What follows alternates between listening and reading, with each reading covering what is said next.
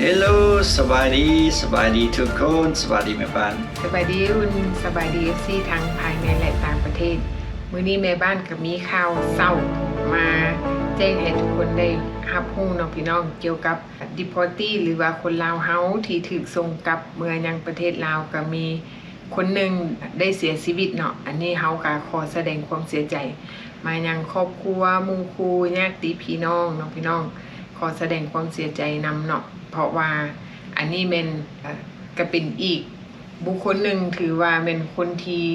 สามเนาะที่ว่าเขาได้รับข่าวในการเสียชีวิต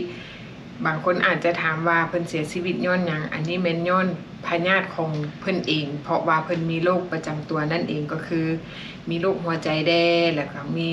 โรคเกี่ยวกับหมักไขหลังเนาะถือว่าเป็นบ้านเฮาห้องโรคไตวายเนาะเพิ่นก็ได้รับการปิ้นปัวแล้วก็ได้รับการฟอกเลือดมาช่วงระยะหนึ่งแต่ว่ามื้อนี้เนาะแม่บ้านก็จะมาเว้าถึงว่าชีวิตของมนุษย์เฮานี่เต็มไปด้วยความบ่แน่นอนบางครั้งความเปลี่ยนแปลงครั้งใหญ่ในชีวิตเช่นการต้องยกย้ายบอนอยู่หรือการเดินทางกลับคืนประเทศโดยกระทันหันหรือว่าการย้ายกลับคืนเมืองยังประเทศลาวแบบบ่ได้ตั้งตัวบ่ว่าจะด้วยเหตุผลใดก็ตามเนาะก็สามารถเกิดขึ้นได้โดยที่เฮาบ่ได้คาดหวังล่วงหน้าบ่ได้วางแผนล่วงหน้าการเปลี่ยนแปลงครั้งนี้มันอาจจะส่งผลกระทบเรื่องเกี่ยวกับที่อยู่อาศัยการเริ่มต้นชีวิตใหม่แต่สิ่งที่น่าเป็นห่วงที่สุดก็คือการมองข้ามเกี่ยวกับเรื่องสุขภาพกายและก็สุขภาพใจบางคนอาจจะคิดว่ามันเป็นเรื่องที่เฮาบ่ได้ใส่ใจเนาะบางคนก็อาจจะบ่ได้ใส่ใจเรื่องสุขภาพก็คิดว่าเฮาแข็งแรงอาจจะคิดว่าโอ้มันบ่เป็นหยังดอกแต่ว่าเวลาเฮาไปอยู่ในช่วงชีวิตที่ว่ามันได้รับผลกระทบบ่ว่าจะเป็นด้านทางกายหรือว่าจิตใจเนาะมันเฮ็ดให้เฮามีความเครียดเฮ็ดให้เฮามีความกดดันหลายขึ้นเนื่องจากสภาพที่มันมีความกดดันมันอาจจะเฮ็ดให้เฮาวิตกกังวลเฮ็ดให้สุขภาพจิตมีการเปลี่ยนแปลงเฮ็ดให้มีความดันขึ้นสูงเนาะเฮ็ดให้ภูมิต้านทานในร่างกายหันต่ำลงโดยที่ร่างกายเฮามันบ่สามารถปรับตัวให้เข้ากับสภาพแวดล้อมได้เนาะสิ่งสำคัญก็คือการเตรียมตัวก่อนที่เฮาจะถูกส่งกลับเมืองยังประเทศลาวนั่นเนาะเฮาต้องไปตรวจสุขภาพก่อนเนาะในฐานะที่ในช่วงระยะเวลาที่เฮามีโอกาสที่จะไปหาหมออันนี้แนะนำว่าเฮาควรไปตรวจสุขภาพก่อนเพราะว่าเฮาบ่ฮู้ว่าเฮามีโรคประจำตัวหยังใดเพื่อที่เฮาจะเตรียมพร้อมในการเดินทางนั่นเองเนาะสิ่งสำคัญก็คือเวลาเฮาไปหาหมอเฮาต้องบอกด็อกเตอร์หรือว่าบอกแพทย์ประจำตัวเฮาว่าเฮาขอยาไว้ก่อนล่วงหน้าหรือว่าให้หมอเขียนใบสั่งยาให้เฮาเนาะเพื่อที่เฮาจะเก็บใบสั่งยานั่นไว้ติดตัวกับเฮาแล้วเฮาก็ต้องก๊อปปี้ให้ครอบครัวที่อยู่สหรัฐอเมริกานี่เก็บไว้เฮาเอาไปน้ำแดงแล้วก็เก็บไว้แดเนื่องจากว่าถ้าหากว่าเกิดกรณีตกเหียนเสียหายเฮาก็ยังจะพอมีใบสำรองเพื่อหยังเพื่อว่าเวลาเฮาไปฮอดประเทศลาวแล้วถ้าหากว่าเฮามีโรคประจำตัวและเฮาบ่มียาเฮาสามารถเอาใบสั่งยาของหมออยู่อเมริกานี่เพื่อให้หมออยู่ที่ประเทศลาวให้เพิ่นเบิ่งว่าเฮานี่มีโรคประจำตัวแล้วก็มีใบสั่งยาจากแพทย์หมอเพราะว่าแล้วอีกอย่างนึงยาของแต่ละประเทศชื่ออาจจะบ่คือกันแต่ว่าตัวยาอาจจะคล้ายคือกันเนาะอันนี้ต้องเป็นแพทย์เพิ่นเป็นผู้เบิ่งชื่อยาเพิ่นหักฮู้ดอกว่ายาประเภทนี้มันอาจจะมียาที่สามารถทดแทนกันได้เพราะว่าแต่ละยามันอาจจะมีชื่อต่างแต่ว่าสรรพคุณคือกันเนาะสำหรับหมอแล้วแต่ละประเทศเฮาคือแม่บ้านเว้าให้ฟังกันละเฮามีโรคประจำตัวแล้วเฮาก็เฮาฮู้เฮาต้องได้จื้อยาซื้อของสำหรับของเขาเพราะว่าเฮาสิอธิบายหมอหยุดคือว่าสมมุติเฮาไปอยู่ลาวเนาะเฮาก็เอาไปอธิบายแบบไปซื้อนะก็จะไปซื้อมองกันก็จะห้องอย่างนั้นไปซื้อยาไปซื้ออยู่คลินิกหรือว่าไปซื้ออยู่ห้างขายยาฟาร์มาซีแม่นคันเฮาไปแล้วแต่เฮาอยากได้ยาหยังไปบอกเขาเจ้าจัดให้เฮาโลดบ่ต้องการ ใบจากแพทย์ก็ได้บ่อยู่ แม่ ลาว นแม่นเพราะว่าเขามีเจี้ยใบสั่งยาจากหมออยู่อเมริกา โดยที่เขาฮู้ซื้อว่าเขากินยาหยังเนาะเวลาเขาไปห้างขายยาไปฟาร์มาซีเขาเจ้าจะมีฟาร์มาซิสหรือว่าคนแพทย์ที่ว่าเขาเจ้าจัดยาอยู่หันเขาเจ้าเบิ่งหนังสือยาเขาเจ้าฮู้ได้ว่าเขาควรกินยาประเภทใดประเภทใดเนาะบ่คืออยู่กับอเมริกาอยู่อเมริกานี่เขาสิไปซื้ออยู่เขาในท็อปมันบ่มีขาย อยู่เคาน์เตอร์บ่ได้ แมนอันนี้ต้องได้ซื้อจากแพทย์สั่งแต่ว่าอยู่บ้านเฮาเนาะใบสั่งยาที่เฮาถือไปอยู่ในมือเน้นเฮาสามารถเข้าไปซื้ออยู่ห้างขายยาได้เนาะอันนี้แมนทุกคนต้องจื้อยาที่ตัวเองกินประจำเพราะว่าอย่างเวลาที่เฮาไปฮอดเมืองลาวแล้วเฮาจึงสามารถอธิบายให้หมออยู่เมืองลาวได้ฮู้ว่าประวัติการรักษาของเฮานั้นเฮามีโรคประจำตัวอย่างใดเฮากินยาอย่างใดเพราะว่ามันจะง่ายสำหรับหมอที่เพิ่นจะวินิจฉัยโรค diagnosis แบบว่าเกี่ยวกับเรื่องวิเคราะห์ว่าเฮาเป็นหยังอาการเฮามีหยังใดเนาะอันนี้เป็นข้อมูลที่เฮาให้หมอได้หลายเท่าใดแห่งดี เพราะว่าหมอเพิ่นจึงจะฮู้สาเหตุและที่มาว่าเฮาเป็นโรคหยังและเฮาควรกินยาหยังเนาะแม่นสำหรับดีพอที่เนาะถึงแม้นเฮามีโรคหลายโรคประจำตัวของเฮาเนาะสำหรับยุคนี้เขาเจ้าบ่สนใจเขาเจ้าก็ถ้าหากเขาเจ้าดีแท่งหรือว่าarrest เฮานะเขาเจ้าสิ deport เฮาไปเขาเจ้าบ่สนใจว่าเจ้าสิเป็นโรคอีหยังบางคนก็มีแคนเซอร์เขาเจ้าก็ขอเพียงเขาเจ้ามีชื่อถ้าเขาเจ้าจับได้เขาเจ้าก็ส่งไปประเทศคือสมมุติว่าประเทศลาวเฮาเป็นคนลาวเขาเจ้าก็ส่งไป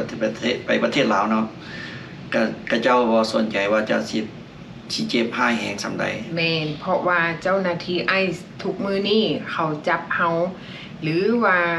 เขาในประเทศเฮาเนาะเขาเจ้าบ่สนว่าสุขภาพร่างกายเฮาจะเป็นแนวใดเขาเล็งเอาแต่นัมเบอร์เนาะเพราะว่าเขาจับได้หลายเท่าใดแห่งดีเขาเจ้าบ่ได้สนใจเรื่องว่าเฮาสิเป็นหยังเฮาสิเป็นแคนเซอร์บ่หรือว่าเฮาสิเป็นโรคหัวใจบ่หรือเฮาต้องได้ฟอกเลือดบ่อันนี้เขาเจ้าบ่ได้สนใจ no excuse เนาะสำหรับเขาเจ้าเนาะแม่นแต่ว่าปัจจุบันนี้หลังจากที่เราได้เห็นข่าวของหลายๆคนเนาะที่ถูกส่งกลับเมืองประเทศลาวบางคนก็มีโรคประจำตัวและเราเห็นที่ผ่านมานั่นส่วนหลายแม่นเพิ่นเสียชีวิตย้อนโรคประจำตัวนั่นเองเพราะว่าอย่างเวลาไปฮอดประเทศลาวแล้วอาจจะมันมีความเสี่ยงก็คือบางคนอาจจะถูกส่งไปโดยที่บ่มีญาติพี่น้องบางคนอาจจะถูกส่งไปโดยที่ว่าบ่มีเงินเนาะบางคนอาจจะถูกส่งไปแล้วบ่ฮู้ว่าสิไปไสโดยที่มีความกังวลว่าโอ้เว้าภาษาก็บ่ได้บ่ฮู้สิไปติดต่อหาไผบ่ฮู้จะลงกับไผอาจจะมีความเกรงใจเนาะอันนี้แม่นถ้าหากว่าผู้ใดถูกส่งเมือยังประเทศลาวนั้นให้ติดต่อถ้าหากว่ามีโรคประจำตัวให้ติดต่อกับเจ้าหน้าที่อยู่ที่ศูนย์ต้อนรับสัวข่าวนั่นเนาะบอกเพิ่นว่าเฮามีโรคประจำตัวเฮาจำเป็นต้องได้กินยาแล้วเจ้าหน้าที่เพิ่นจะหาทางซอยเฮาเนาะขอเพียงแต่เฮาบอกเพิ่นอธิบายให้เพิ่นฮู้ว่าเฮามีโรคประจำตัวคันผู้ใดมีโรคหัวใจอันนี้ถือว่าเป็นเรื่องที่สำคัญที่สุดเนาะเพราะว่าเฮาจำเป็นต้องได้กินยาประจำเฮาบ่ฮู้ได้เฮาอาจจะเป็นหัวใจวายหัวใจล้มเหลวหรือว่าต้องการความช่วยเหลือแบบกระทันหันเรียกว่าเขาเป็นความดันสูงเรียกว่าเป็นdiabetic เนาะจังซี่เขาก็ต้องแจ้งให้เพิ่นทราบให้ฮู้ว่าเขาต้องการยาเขาสิปะยาจำพวกนี้บ่ได้เพราะว่าเขาอยู่ได้ก็ต้องย้อนมียาจำพวกนี้ที่ช่วยร่างกายเขาไปแต่ละมื้อแต่ละเว้นแม่นแล้วสิ่งสำคัญที่สุดบางคนอาจจะมีปัญหาเกี่ยวกับเรื่องหมักไขลังบางคนมีปัญหาเรื่องคิดนี่เนาะถ้าหากว่าเวลาไปฮอดเมืองลาวแล้วถ้าหากต้องการฟอกเลือดอันนี้ต้องได้บอกเจ้าหน้าที่หรือว่าติดต่อหาหมอเนาะอันนี้ต้องหรือว่าบอกพี่น้องให้เพิ่นฮู้จักว่าเฮาต้องการบางคนก็ต้องการได้ไปฟอกเลือดอันนี้ถือว่าเป็นเรื่องที่สำคัญที่สุดแล้วก็เป็นเรื่องยากที่สุดเกี่ยวกับเรื่องการรักษาเกี่ยวกับเรื่องปวดไขลังเกี่ยวกับการฟอกเลือดเพราะว่าการฟอกเลือดแต่ละครั้งอยู่ ประเทศลาวมันก็ต้องมีค่าใช้จ่ายที่สูงบ่ว่าแต่อยู่ประเทศลาวอยู่สหรัฐอเมริกาคือกันเนาะถ้าหากว่าไผผู้มีประกันภัยนี่ก็ถือว่าอยากนักเพราะว่าการฟอกเลือดเนี่ย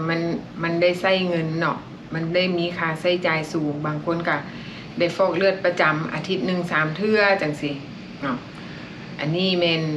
ถือว่ามันเป็นปัญหายุ่งยากอีกด้านหนึ่งเกี่ยวกับเรื่องสุขภาพเนาะถ้าหากว่าถูกส่งเมือยังประเทศลาวอันนี้เขาก็เอามาเล่าให้ทุกคนได้ฟังว่าถ้าหากว่าใครมีปัญหาเรื่องสุขภาพแนะนำว่าให้ติดต่อหาหมอประจำถ้าหากว่าใครบ่มีหมอประจำก็ควรไปหาหมอก่อนเพราะว่าเพื่อความเตรียมพร้อมให้ฮู้จักไว้ล่วงหน้าว่าโอ้เฮามีโรคประจำตัวเด้อเวลาเฮาไปเมืองลาวเฮาก็สิได้เตรียมพร้อมว่าเฮาต้องไปหาหมออยู่ไสไปซื้อยาอยู่บ่อนใดเนาะเพื่อสุขภาพของตัวเฮาเองเพื่ออายุการใช้ชีวิตของเฮาเองเนาะให้มันง่ายขึ้นนั่นเองเพื่อลดพรความกังวลหรือว่าความเครียดในร่างกายเพราะว่าถูกส่งไปประเทศลาวแล้วยังพบกับสภาพแวดล้อมสิ่งต่างๆอุกใจหลายก็เฮ็ดให้ความดันขึ้นสูงภูมิต้านทานต่ำเฮ็ดให้โรคประจำตัวที่มีอยู่ในร่างกายนั้นให้มันรุนแรงขึ้นบางคนอาจจะไปหาหมอบ่ทันบางคนก็ depress ขึ้นหลายก็เฮ็ดให้เฮาบ่สบายคือกันแม่นทุกสิ่งทุกอย่างมันก็มากระทบกระทันหันเพราะว่าเฮาปรับตัวยังกำลังอยู่ในช่วงปรับตัวอยู่เนาะเฮ็ดหยังก็ยังบ่ได้เทื่อแม่นแล้วเนาะพี่น้องเนาะอันนี้เฮาก็เอามาเล่าให้ทุกคนได้ฟังว่าถ้าหากว่าคนใดที่ว่ามีรายชื่อที่จะถูกส่งกลับเมืองยังประเทศลาวถ้าหากว่าทุกคนเตรียมพร้อมแล้วค่ะแนะนำว่าให้ไปกวดสุขภาพแล้วเอาใบยั่งยืนจากหมอติดตัวไปนำเนาะส่วนหนึ่งแม่น copy ไว้ให้ครอบครัวไว้แล้วอีกใบหนึ่งเฮาก็ถือติดตัวเมื่อนำเนาะเวลาถูกดีเทนเขาก็เอาใบนั่นไปนำเพื่ออย่างเพื่อว่าเวลาเขาไปฮอดประเทศลาวถ้าหากว่ามีเหตุการณ์ฉุกเฉินเกี่ยวกับเรื่องสุขภาพเขาก็เอาใบนั่นให้ทานหมอเบิงเขาเจ้าจะได้ฮู้ว่าประวัติในการรักษาของเฮานั้นเป็นแนวใดเพื่อที่แพทย์หมอเพิ่นจะได้รักษาเฮาได้ทันเวลานั่นเองเพราะว่าที่ผ่านมาจากที่เฮาได้ยินข่าว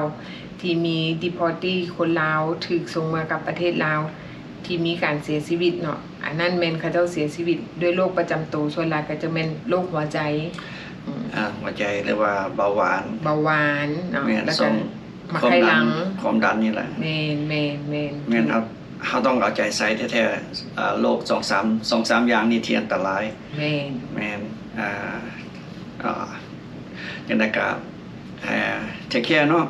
ก็เอาใจใส่ที่มันสำคัญสำหรับชีวิตของเขาก็ต้องเอาใจใส่หน่อยนึงหลายเติบเนาะนอกจากว่าเฮาเป็นห่วงเรื่องคนลาวเฮาที่จะถูกส่งเมือกับประเทศลาวแล้วสำหรับตัวเฮาเองที่อยู่สหรัฐอเมริกาอันนี้เฮาก็ต้องรักษาสุขภาพมันกวดสุขภาพประจำปีเพราะว่าเฮาบ่สามารถฮู้ได้ว่าโรคต่างๆมันจะเกิดขึ้นกับเฮามื้อใดบางเทื่อปีนี้เฮาไปกวดสุขภาพหมอว่าแข็งแรงไปปีหน้ามันอาจจะเปลี่ยนไปก็มีแม่นอันนี้แม่นฝากทุกคนว่าช่วงนี้สภาพการบ้านเมืองก็มีการเปลี่ยนแปลงเนาะสภาพเศรษฐกิจก็แพงขึ้นสูงขึ้นก็เฮ็ดให้ทุกคนมีความกังวลหลายขึ้นบางคนอาจจะมีความเครียดความกังวลเนาะบ่ว่าจะเป็นทางด้านการเงินเศรษฐกิจครอบครัวมันเฮ็ดให้เฮามีความเครียดเนาะเฮ็ดให้เฮา